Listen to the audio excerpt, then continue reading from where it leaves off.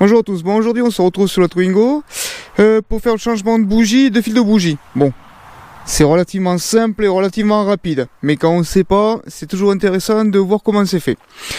Donc, à savoir que c'est le moteur D7F dessus. Donc c'est partout, c'est plus ou moins pareil sur les autres de moteurs, mais là c'est sur la particularité, c'est sur le moteur de D7F pour la Twingo. Donc, pour changer les bougies, comme c'est un moteur 4 cylindres, on a 4 bougies et des fils de bougie.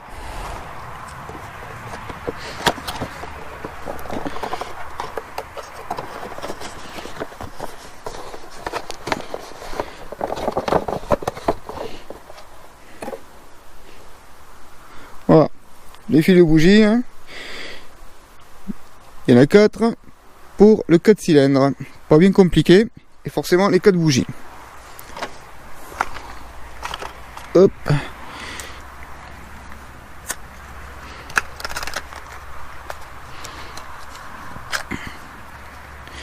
Alors, une petite particularité, attention ici, vous voyez il y a un écartement entre l'électrode et le bout de la bougie en dessous. Donc cet écartement, il faut surtout pas l'écraser ou quoi que ce soit. C'est un écartement spécifique à l'allumage pour la pour la Twingo. Chaque voiture a un écartement, peut-être pas exactement pareil sur toutes. Certains constructeurs préconisent un écartement spécifique qui se mesure avec des cales. Bon là, logiquement, vu qu'on commande pour des bougies de Twingo, c'est fait pour la Twingo le calage. Donc surtout faites attention, si vous la tombez ou quoi que ce soit, il faudrait remettre le bon espace entre le bout et l'électrode. Donc pour ce faire, on va avoir besoin d'une clé à bougie et c'est tout. Donc là, pour celle-ci, la clé à bougie, ça doit être du 16 normalement si je ne me trompe pas. Hop.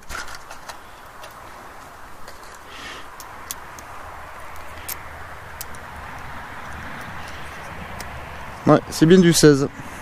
Voilà.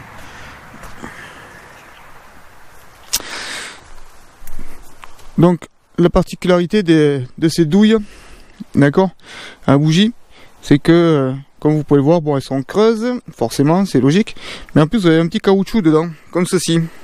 Ce petit caoutchouc, en fin de compte, quand vous enfoncez la bougie dans la douille, il vient faire office que quand on plonge la douille au fond pour aller récupérer la bougie, justement qu'elle reste. Par contre, c'est un autre inconvénient, c'est que quand on le dévisse, c'est facile pour le retirer. Par contre, l'inconvénient, c'est que quand on vient pour l'enfoncer dans son puits et qu'on veut la retirer, des fois le capuchon il reste sur la bougie. Donc moi ce que je fais, c'est que ces capuchons à chaque fois je les retire quand je monte les bougies. Donc je vous montrerai ainsi de suite. Donc là on va commencer par où sont les bougies. Donc les bougies se situent ici. Ah, vous en avez une ici, 2 ici et une ici. Donc pour accéder au fil, les fils de bougie qui sont ici, donc là en dessous vous avez la bobine, et les fils de bougie viennent comme ceci et distribués ici sur chaque bougie. Donc pour ce faire, ici, hop, on verra mieux comme ça. Donc pour ce faire, il suffit juste d'appuyer ici. Vous voyez, ça fait baisser un petit éton, ici là. Et en tirant, en même temps, ça fait sortir le clapet. Donc vous appuyez dessus, vous tirez, ça vous enlève le clapet de maintien. Et ça vous permet de soulever le capot pour pouvoir avoir accès au fil de bougie pour pouvoir les faire repasser comme ils étaient. Donc on va pas rentrer dans les détails de l'ordre d'allumage de la bougie, du sens de la bougie, ainsi de suite ou quoi que ce soit. Ça c'est expliqué dans la RTA. Là on fait juste le changement de fil. Donc pour pas se tromper, c'est tout simple. Ce qu'on fait, c'est que on prend le premier fil, on le débranche. Voilà, comme ça, il va là, on le débranche. On change la bougie, on change le fil et on remonte la bougie. Et après ainsi de suite pour chaque bougie comme ça. On ne débranche pas tous les câbles de bougie et tous les fils. Parce que le problème qu'il y a, c'est qu'il y a un ordre d'allumage. Pour les Renault, si je me trompe plus. Alors, l'ordre d'allumage, si je me trompe pas, mais je suis pas sûr, mais je le mettrai dans la description. Donc ça part côté opposé à la distribution pour Renault. Et c'est cylindre 1, 3, 2, 4. Normalement c'est comme ça. Donc le cylindre 1 c'est ici, cylindre 2, cylindre 3 et cylindre 4. Et l'ordre d'allumage c'est 1, 3, 2, 4. Voilà. Donc logiquement on remonte les fils de bougie comme ça. Donc là, vu qu'on fait les choses simples, on s'embête pas, on défait un fil de bougie, on défait la bougie, on change la bougie neuve et on remonte le câble de bougie. Voilà. Donc après, forcément dans les kits, ils vous donnent différentes longueurs de bougies, hein, d'accord, de câble de bougie. Donc forcément vous pouvez pas vous tromper. Hop, vous voyez, ils sont tous plus ou moins différents. Hop. En gros, je sais pas si on y voit trop bien. Voilà, ils sont plus ou moins différents. On le voit bien de toute façon à l'arrivée, en ayant le départ, et voilà. Donc peut-être que même les câbles sont numérotés, avec un peu de chance. Tac, tac, tac. Même pas, ils sont pas numérotés. Certains câbles sont numérotés de bougies. Donc ça permet de pouvoir plus facilement les repérer quand on les monte. Mais apparemment, ceux-là ne sont pas numérotés. Parce que là, ceux-là, je vois qu'ils sont numérotés. Donc là, on voit bien, ici, le 2. Hop. Hop, ici on voit bien le 2, le 3, le 4 et forcément celui-là c'est le 1, c'est marqué dessus.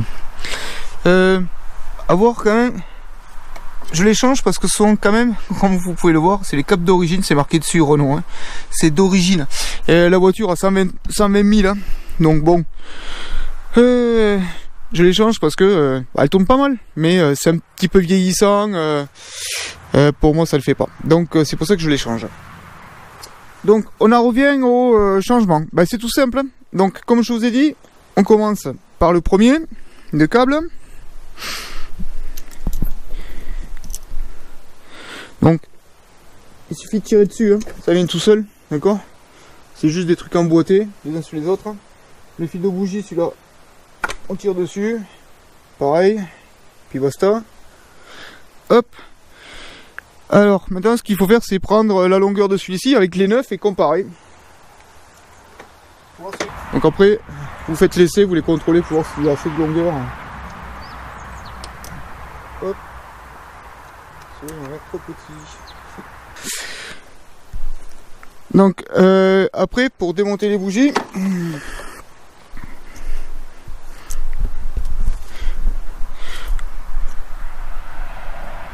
Hop, comme on peut le voir ici, ouais, on n'y voit pas bien grand chose, hein. On voit la bougie au fond, elle est dans un puits, d'accord. Donc ce qu'il faut faire, c'est mettre, généralement on y met un coup de soufflette autour pour que justement il n'y ait pas de merde qui tombe quand on démonte les bougies. Bon, moi là je vois bien que c'est propre, donc j'ai pas besoin spécialement d'y mettre un coup de soufflette. Donc après, pour démonter la bougie, il n'y a rien de compliqué, hein.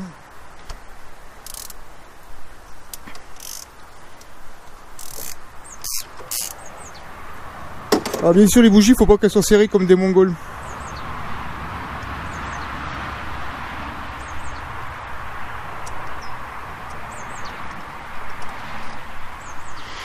Donc voilà, une des bougies. Donc on voit comme elles sont bien noires. Bon, elles sont pas spécialement usées, hein. Elles ont dû être changées. Elles sont pas vieilles, celles-là. Elles sont pas vieilles, celles-là de bougies. Bon, après ce que vous faites, c'est contrôler la distance, la longueur de la bougie, si c'est la bonne, hein, par rapport à celle que vous avez commandée. Bon, moi avec les références, je sais exactement que c'est les bonnes. Mais voyez, hop, attendez. Hop. Ah, on voit bien qu'elles sont de la même longueur, les bougies. Donc après, il n'y a plus qu'à remonter l'ancienne, hein. Forcément, la vieille, c'est poubelle, hein. Bon, elles sont pas spécialement usées, celles-ci, hein. C'est-à-dire que l'électrode au bout et ainsi de suite n'est pas bouffée, donc bon, elles sont pas vilaines, hein.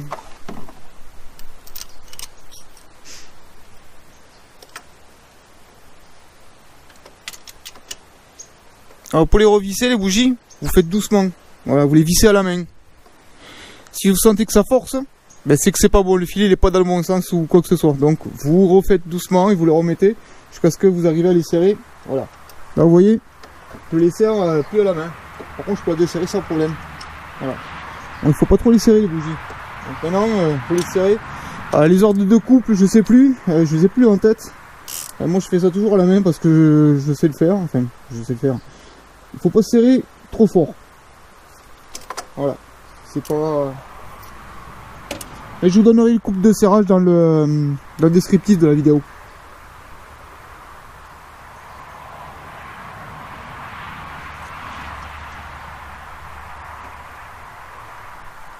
Voilà, comme on peut le voir, ils m'ont donné des câbles de bougies qui sont pas excessivement les mêmes. Donc celui-ci est un peu plus court que les autres. Bon, allez, on passe au numéro 3.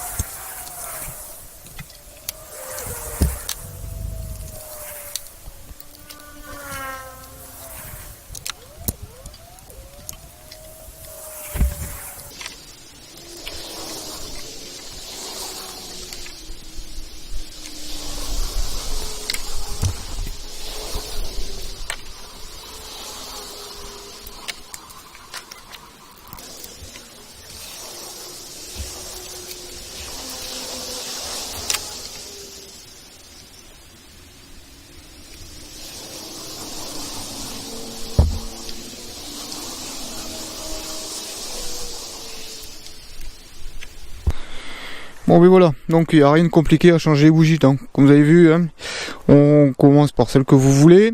Vous débranchez la bobine, le fil de bougie, vous débranchez la bougie, puis vous remontez dedans, hein, c'est simple. Bon là par contre, moi j'ai un petit souci, on va dire, entre guillemets, c'est que ce fil là, il est plus court que l'autre, que celui qui est d'origine. Donc ça fait que je peux plus le repasser ici et qu'il ressorte là pour redescendre. Il manque une sacrée boucle. Ouais, ça c'est... le souci des pièces adaptables, voilà. C'est pas les pièces d'origine, c'est les pièces adaptables, donc c'est de la merde. Comme d'hab, il y a toujours une connerie. Donc bon, on va dire que c'est pas dérangeant pour moi. Le fil il passe sur le côté, dessous, à la place de rentrer dedans. Bon, ça fait moins propre. Mais bon, voilà. Après, il suffit de refermer votre trappe, de remettre l'arrêtoir.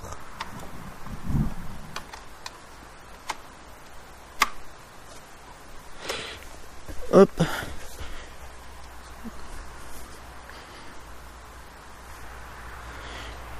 Et après il suffit de démarrer.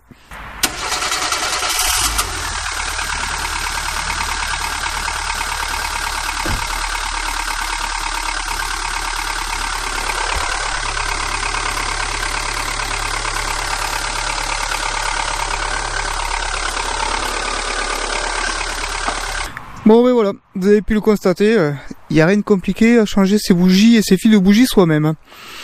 Voilà, donc là on fait ça lors de l'entretien, on va dire, lors de l'entretien sur la voiture au niveau des consommables. Bon là sur cette partie là je vous ai montré que faire les bougies, mais forcément je vais continuer. Moi je ne fais pas que les bougies, je vais avoir encore la bobine, je vais avoir encore 2-3 trucs à changer dessus, j'ai la courroie de distribution à faire, donc il y aura un tuto sur le changement de courroie de distribution de la Twingo sur le moteur D7F. Forcément j'ai la courroie d'accessoires à changer aussi. J'ai encore pas mal de trucs à faire dessus sur celle-ci, d'où déjà nettoyer sérieusement le moteur. Ça, parce que ça fait un moment qu'elle a pas tourné celle-là, et enfin qu'elle a pas tourné. Ça fait un moment, on va dire, que elle n'a pas été entretenue correctement, donc forcément le moteur est sale. Donc c'est pour ça que je reprends tout sur celle-ci. Bon bah écoutez, je vous remercie d'avoir suivi, puis je vous dis à une prochaine.